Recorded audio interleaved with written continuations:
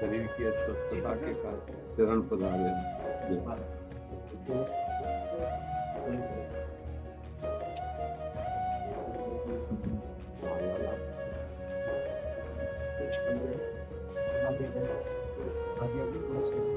ये श्री जी की प्रसादी।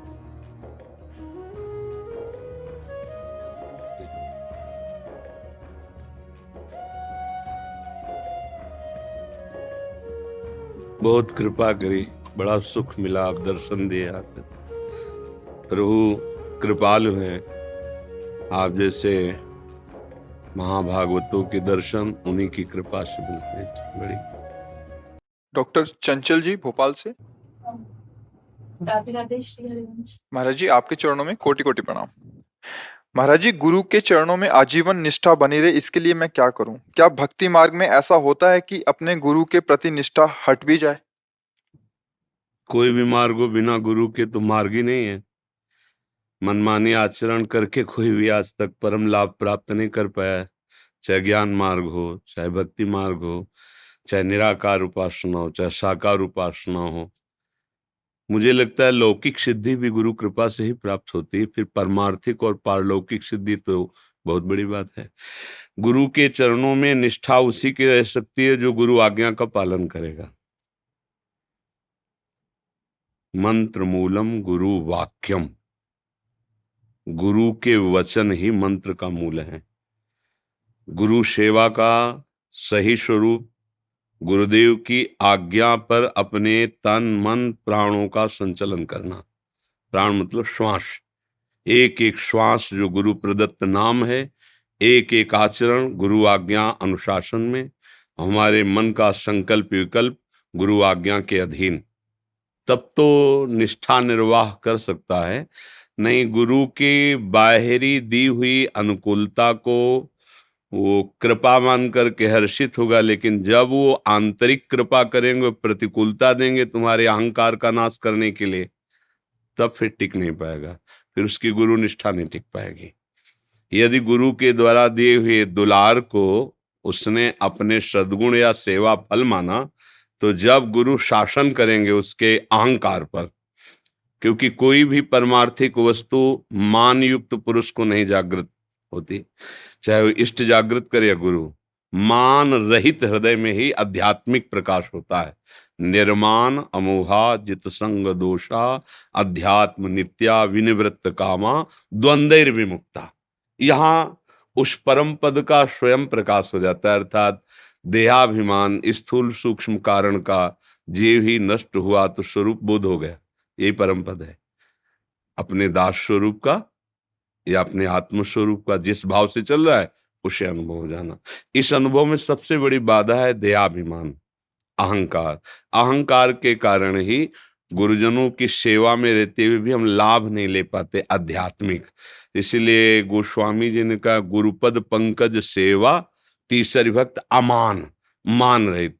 अच्छा, दुलार से मान नष्ट नहीं होता, मान की पहचान दुलार से नहीं होती। जब अनुकूलता मिलती है तो सबको लगता है मेरे भगवान है, लेकिन जब तुम्हारे अहम पर चोट पहुंचे और तुम्हारी मान्यता के प्रतिकूल उनका शासन हो, क्योंकि हमारी मान्यता प्राकृतिक ही होगी, मन बुद्धि के अनुसार ही होगी, और गुरुदेव अप्राकृत चिदानंद स्थिति देना चाहते तो हमारे मन को प्रतिकूल ही लगेगी।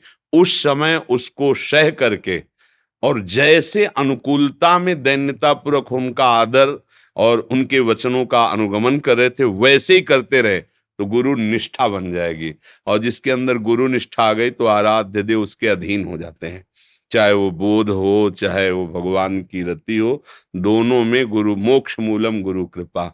बिना गुरुदेव की कृपा के न शुद्ध भक्ति प्राप्त होती है न शुद्ध बोध प्राप्त होता है। ज्ञान तब माना जाता है वास्तविक जब वो विषयों पर विजय प्राप्त कर ले। अगर विषय भोगों की लालसा बनी रही तो अज्ञान ही ज्ञान के रूप में छल कर रहा है हमारे साथ। जब ज्ञान जागृत होता है तो इंद्रियां अंतर्मुख होकर के भगवदाकार होने लगती हैं। श्रद्धावान को ही ज्ञान प्राप्त होता है। श्रद्धावान लभते ज्ञानम तत्परा संयतेन्द्रिया और ज्ञानम लब्ध्वा पराम शांति मचरेणाधिगच्छति। जब परम ज्ञान प्राप्त होता है जिसे बोध कहते हैं, अब निष्ठा विचलित नहीं हो सकती। जब तक बोध नहीं होता तो निष्ठा विचलित होने की संभावना है। इसलिए आजीवन गुरु वचनों में जिन्होंने जीवन समर्पित कर दिया, वो सच्चे गुरु सेवक हैं। गुरु के चरण दबाना, गुरु का वस्त्र प्रक्षालन करना, गुरु का प्रसाद पात्र मार्जन करना, ये अहोभाग्य है। पर इतना करते हुए उनकी आज्ञा का उल्लंघन करना, उस पर ध्यान न देना, तो मुझे लगता है गुरु की आध्यात्मिक वस्तु पर अधिकार नहीं प्राप्त कर सकता वो शिष्य। जो गुरु के शरीर से भी है पर गुरु की आज्ञा नहीं पालन करता, तो उसे भौतिक अधिकार तो प्राप्त हो सकते हैं, आध्यात्मिक अधिकार नहीं। क्योंकि सदगुरु को प्रिय है अपने शरीर से ज्यादा अपना सिद्धांत। अगर शास्त्रीय सिद्धांत गुरुदेव की आज्ञा के अनुसार पालन नहीं करते, तो मुझे जैसा संतों से सुनने और देखने को मिला है कि उसको जो आध्यात्मिक प्रकाश चाहिए वो नहीं हो पाएगा। जब हम भ्रमण करते थे तो बहुत से ऐसे चरित्र देखने को मिले। इससे पता चला कि गुरु की शरीर सेवा में है पर उन्होंने गुरु को समझा नहीं। गुरु के पास जो वस्तु थी उसको देख नहीं पाए।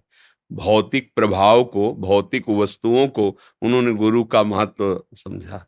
ये तो माइक है, इस पर गुरु के अंतर में एक ऐसी दिव्य वस्तु विराजमान है जिसके प्राप्त होने के बाद फिर कुछ प्राप्त करना बाकी नहीं रहता। और वो वस्तु गुरु कृपा, और गुरु कृपा उसी पर होती। आज्ञा समन सुसाहब सेवा, अपने साहब की सबसे बड़ी सेवा है उनकी आज्ञा पे चलना। एक बार हमारे यहाँ आचार्य ललिता शरण जी महाराज की सेवा में जो एक रहते थे, तो उन्होंने कहा एक हमारे यहाँ निज मंत्र है प्रेम प्राप्ति के लिए। तो कहा कि जय जय हमको निज मंत्र दे दो। हट, चुपचाप सेवा में लगा रहे, अभी निज मंत्र का अधिकारी थोड़ी हुआ है तू। तो आचार्य डांट लगा दी। वो 2 बजे उठते थे और फिर जल मांगते थे, थोड़ा सा जल लेकर फिर शौच क्रिया आदि। तो 2 बजे उठे, उनका हरिवंश दास बोले जय जय, वो कुआं से पानी खींच रहे थे, जय जय, बोले सामने आओ। छोड़ दिया बाल्टी ऐसे, बिल्कुल जी महाराज। जल लाना, बोले महाराज जी जल तो बाल्टी रस्सी तो कुआं में गई, हम जले खींच रहे थे, आपका आदेश हुआ जैसे हो तुरंत आ जाओ। तो बोले ठीक है, अच्छा दूसरी बाल्टी और रस्सी मंगा देते, कल स्नान करके आ जाना तो मैं निज मंत्र दे देंगे। पहले दिन डांट लगाई थी, दूसरे दिन अपनी तरफ से कहा क्यों, आज्ञा पे है, आज्ञा पे है तो तत्काल वो वस्तु मिल। एक बार संदीपनी जी जिस विद्यालय में पढ़ रहे थे, गुरुकुल में बहुत से छात्र थे, तो गुरुजी ने उन्मत्त लीला की, बड़ी प्रियता देख करके उन्मत्त लीला की, थूक देना, रजमार, मानो गुरुदेव जैसे विक्षिप्त हो गए, ऐसी लीला। अब धीरे धीरे सब विद्यार्थी भागना प्रारंभ, संदीपनी जी केवल बचे। वो अपने गुरु को स्नान कराना, उनके वस्त्र प्रक्षालन करना, भिक्षा मांग के लाना, उनको पवाना, उनके द्वारा किया हुआ प्रतिकूल व्यवहार चुपचाप सहना। कुछ ही दिन के लिए उनकी लीला थी, फिर स्वस्थ जैसी लीला की। और कहा पता नहीं कौन सा उन्माद आ गया था, बेटा सब कहाँ गए। तो उनका गुरुजी आपने जो प्रतिकूल व्यवहार किया तो सब लोग भाग गए और कह रहे थे गुरुजी अब पागल हो गए तो इसलिए। तो बोले तुम क्यों नहीं गए। बोले गुरुजी फिर आपको भिक्षा कौन पवाता के, और आपको स्नान, तो हमने तुम्हारे साथ प्रतिकूलता नहीं की क्या। बोले गुरुजी अब हमारा कुछ रह ही नहीं गया, ये तन आपका, प्राण आपका, मन आपका, आप प्रतिकूलता करो अनुकूलता करो आपका विषय, हम तो आपके बिके हुए दास है। तो गुरुजी की आंखों में आंसू आ गए और कहा बेटा मैं अपनी साधना और आराधना के बल से परम पद प्राप्त करूंगा, लेकिन वो परम पद स्वयं तुम्हारा शिष्य बनेगा आके। तो ब्रह्म की जो प्रतिष्ठा साक्षात भगवान श्री कृष्णचंद्र वो नीचे बैठे और संदीपनी जी ऊपर बैठे। गुरु कृपा ही केवलम। गुरु का आराधन अनुकूलता नहीं होता, गुरु के अनुकूल चलना, अपने मन की अनुकूलता गुरु से मांगना। एक बार समर्थ गुरु स्वामी श्री रामदास जी के पास बहुत से शिष्य थे, तो जो 2-3 ऐसे होते प्राण समर्पित करने वाले, पूरी भीड़ में शिष्य 2-3 ऐसे हुए, वो तो इन्हें गिने होते हैं कि आप कहो अभी प्राण दे दें, मतलब पूरे समर्पित होते हैं ऐसे। वो मतलब दिखावा नहीं होता, उनका जीवन ही होता है हुक्म पे प्राण त्याग देना। तो वो ज्यादा प्यारे अपने आप हो जाते हैं। तो और शिष्यों को ईर्ष्या हुई और उन्होंने कहा कि गुरुदेव हम भी तो आपके शिष्य हैं, पूरा जीवन आपको समर्पित किए हैं, अब यही लोग जो है आपका उच्छिष्ट पाते हैं, यही लोग आपके समीप रहते हैं, आप इन्हीं को आज्ञा करते हैं, क्या हम आपको प्यार नहीं करते। तो उनका आप लोग प्यार करते हैं। बोले जी। कल से हमारी गलती हुई है, हम सुधार करेंगे कल से। गुरु जी ने कहा हमारी गलती, हम कल से सुधार करेंगे। दूसरे दिन चीख आने लगी कुटिया से, तब भाग गया, क्या हुआ? बोले मैदान में ले चलो। मैं बोले बहुत रातों रात इतना बड़ा फोड़ा हो गया है यहाँ कि अब असहनीय है, और ये विषैला फोड़ा है। गुरुजी कौन सी दवा लाएं, कहाँ से? बोले हम लोग जानते हैं दवा, बाहर से नहीं लानी है, इसमें प्रारब्ध भोग मेरा आया है, ये मेरा प्राण ले जाएगा, पर अगर कोई शिष्य अगर इसके मवाद को पी ले तो वो मर जाएगा और मैं जीवित हो जाऊंगा। बढ़ो आगे, ये पीते ही मर जाएगा और मैं स्वस्थ और जीवित। पीछे खसकने लगे, मरना कौन चाहता है? अच्छा भला गुरु आज्ञा में आज तक कोई मरा है? अमरत्व को प्राप्त हो गया है, परम पद को प्राप्त हो गया। वो जो सेवा में लगे थे, तो गुरु जी ने से कहा कि एक प्राण क्या गुरु जी, अगर लाखों बार मरना होता ना तो लाखों बार मरते, आप आज्ञा कीजिए। बिल्कुल दौड़ पड़े उनमें से एक। तो बोले देखो ये मुंह है फोड़ा का, ऐसे थोड़ी पट्टी हटाए, का यहाँ मुंह लगा के तुम पियो। पिया, बहुत आनंदित हुए। बोले गुरुजी अगर रोज ऐसा पी लोगे मिले तो मस्त हो जाए, और मरे नहीं। आज गुरुजी ने पट्टी हटाई, कलमी आम बांधे हुए थे आम बंधा हुआ था, और बोले देखा तुम सब, कह रहे थे गुरु के प्राण प्यारे, हम भी तो प्यार, क्या प्यार करते हैं, अपने शरीरों को, अपने मन को प्यार करते हो, गुरु के लिए प्राण समर्पित। तब निष्ठा आती है जब आज्ञा पर। महापुरुषों के पावन चरित्रों से हम लोग शिक्षा लेते हैं। एक बार स्वामी श्री रामानंदाचार्य जी अपनी मंडली के साथ विचरण कर रहे थे, तो एक जंगल में बहुत सुंदर वृक्षावली देखकर ठाकुर जी विराजमान किए, और आचार्य चरण ने कहा जल लाओ, ठाकुर जी को पिलाओ, फिर सब प्रसादी पिए। तो जल में गंध आ रही थी पत्तों की, क्योंकि एक डाल जा रही थी ऐसे। तो उनका जंगल है, कोई काटेगा नहीं, पत्ते गिरते रहेंगे, पानी में सड़न होगी, प्रयोग में नहीं आएगा, कोई भी पथिक आएगा तो प्यास नहीं होगी। ऐसा करो इस डाल को उतना ही केवल काटो जो कुएं के ऊपर है। लंबी डाल जड़ से ऐसे आई थी।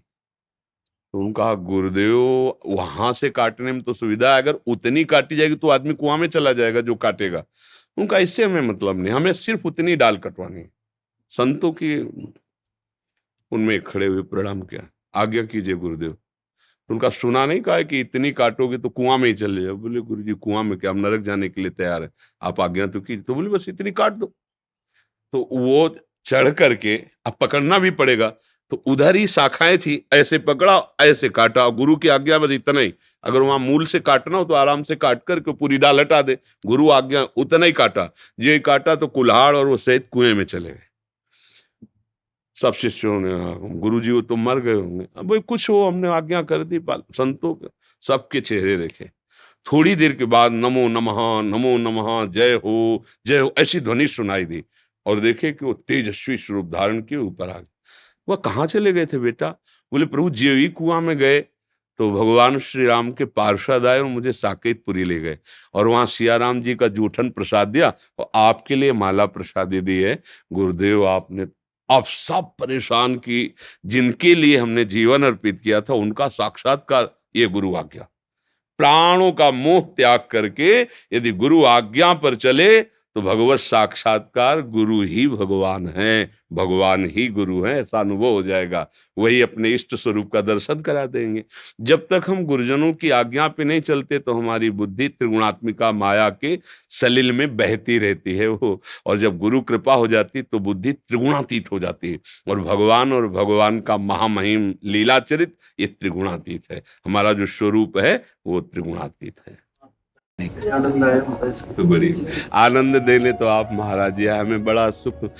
मदम जी कहीं जा नहीं पाते संत रोग के कारण, तो हमारे जैसे माता अपना दुलार करके बच्चे के पास आती है, ऐसे आप संत जब कृपा। वहाँ भी गए थे राजेंद्र ऋषि महाराज जी जी, उनकी भी थोड़ी तबीयत बड़ी खराब थी, दर्शन वहाँ जाने महाराज जी के पास बहुत कृपा की, कृपा करके दर्शन देते रहिएगा। जब कभी आपको समय मिले कृपा करके दर्शन देते रहिए। बस बाद में भजन हो। आप तो भजन स्वरूप ही है महाराज। लगता है सर मूल भजन ही है भगवान। हाँ सबका सार है। एक दिन सत्संग में कहा था, अगर हमसे कोई पूछे कि तुम्हारे जीवन की साधना का फल क्या है, तो नाम में रुचि आ गई, यही हम फल समझा है कि निरंतर नाम जपने में रुचि हो, यही जीवन का धन्यवाद।